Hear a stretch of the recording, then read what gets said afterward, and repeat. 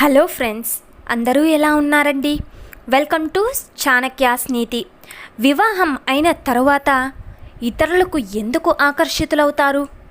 చాణక్యుడు తన నీతి శాస్త్రంలో మతం, డబ్బు, పని, మోక్షం, కుటుంబం, సంబంధాలు, అలాగే గౌరవం, సమాజం, దేశం, ప్రపంచం ఇలా వీటి విషయాల గురించి చాలానే చెప్పాడు.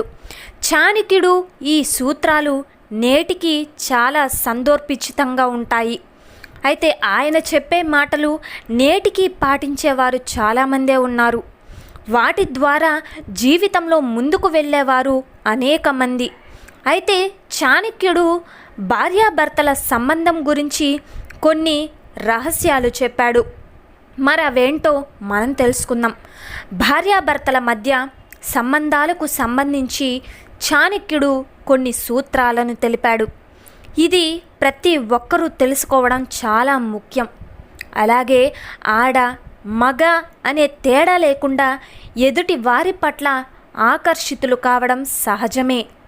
కానీ ఆ ఆకర్షణ అతిగా వెళితే దానితో ఇబ్బందులకు గురి అవుతారు అని చెప్పడం జరిగింది. నిజమే కదండి. ఇప్పట్లో వేరొకరికి ఆకర్షితులయ్యి ఇంట్లో చాలా ప్రాబ్లమ్సే ఫేస్ చేస్తున్నారు అందరూ.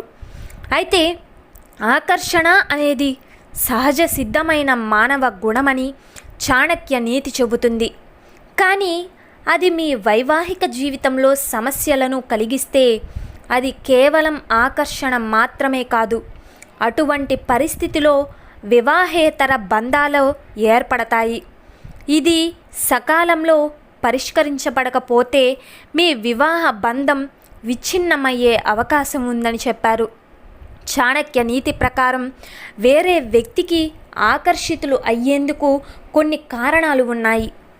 తక్కువ వయసులో వివాహం కొన్నిసార్లు వైవాహిక జీవితంలో పెద్ద సమస్యలను తెస్తుంది.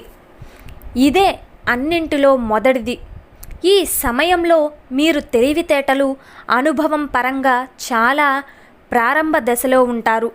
రెండోది, మీకు ఇప్పటికే కెరీర్ సంబంధిత సమస్యలు ఉండవచ్చు. అటువంటి పరిస్థితిలో కెరీర్ కొద్దిగా ముందుకు సాగినప్పుడు మీరు సాధించాల్సిన అనేక విషయాలను కోల్పోయినట్టు మీకు అనిపిస్తుంది. ఒత్తిడితో ఇతరుల వైపు చూస్తారు. అందుకే వివాహేతర బంధాలు మొదలవుతాయి. అర్థమైంది కదండి. అలాగే భార్యాభర్త సంబంధంలో శారీరక సంతృప్తి కూడా ముఖ్యమైన పాత్ర పోషిస్తుంది. అది లేకపోవడంతో ఇద్దరి మధ్య ఆకర్షణ బాగా తగ్గిపోతుంది.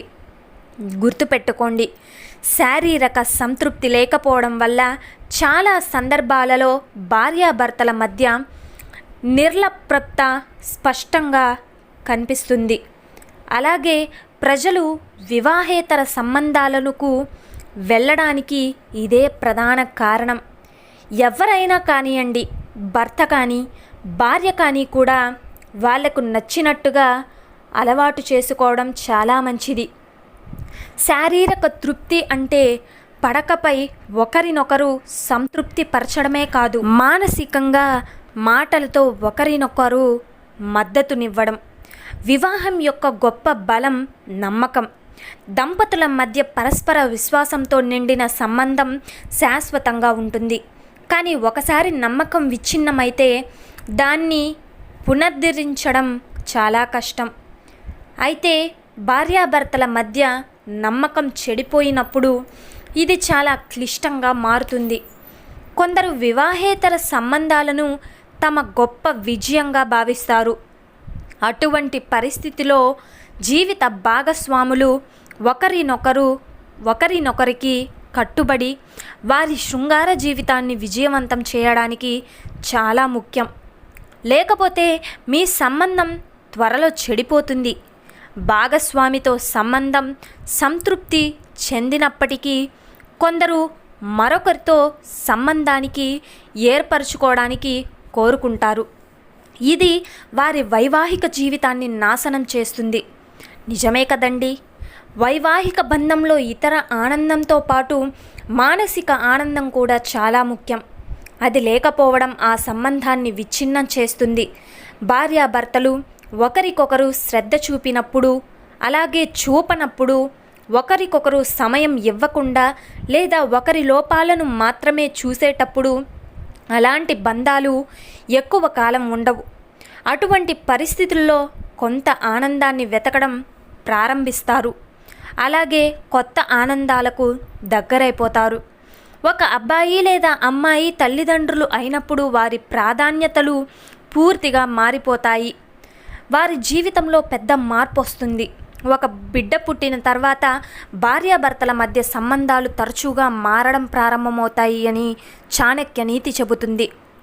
భార్యాభర్తలు ఒకరితో ఒకరు సమయం గడపలేరు. అటువంటి పరిస్థితిలో ఇతరుల పట్ల కూడా ఆకర్షితులవుతారట. క్రమంగా వివాహేతర సంబంధాలలో మునిగిపోతారు. అలాగే ఈ వివాహేతర సంబంధాల గురించి ఈ బంధాన్ని నాశనం చేస్తాయి అని చాణక్య నీతి చెబుతోంది. గుర్తుపెట్టుకోండి. అలాగే జాగ్రత్తగా ఉండండి. అర్థమైంది కదండి.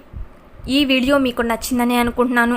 నచ్చితే చిన్న లైక్ చేయండి. అలాగే మన ఛానల్ ఎవరైనా స్టార్టింగ్ చూస్తుంటే సబ్స్క్రైబ్ చేసుకోండి.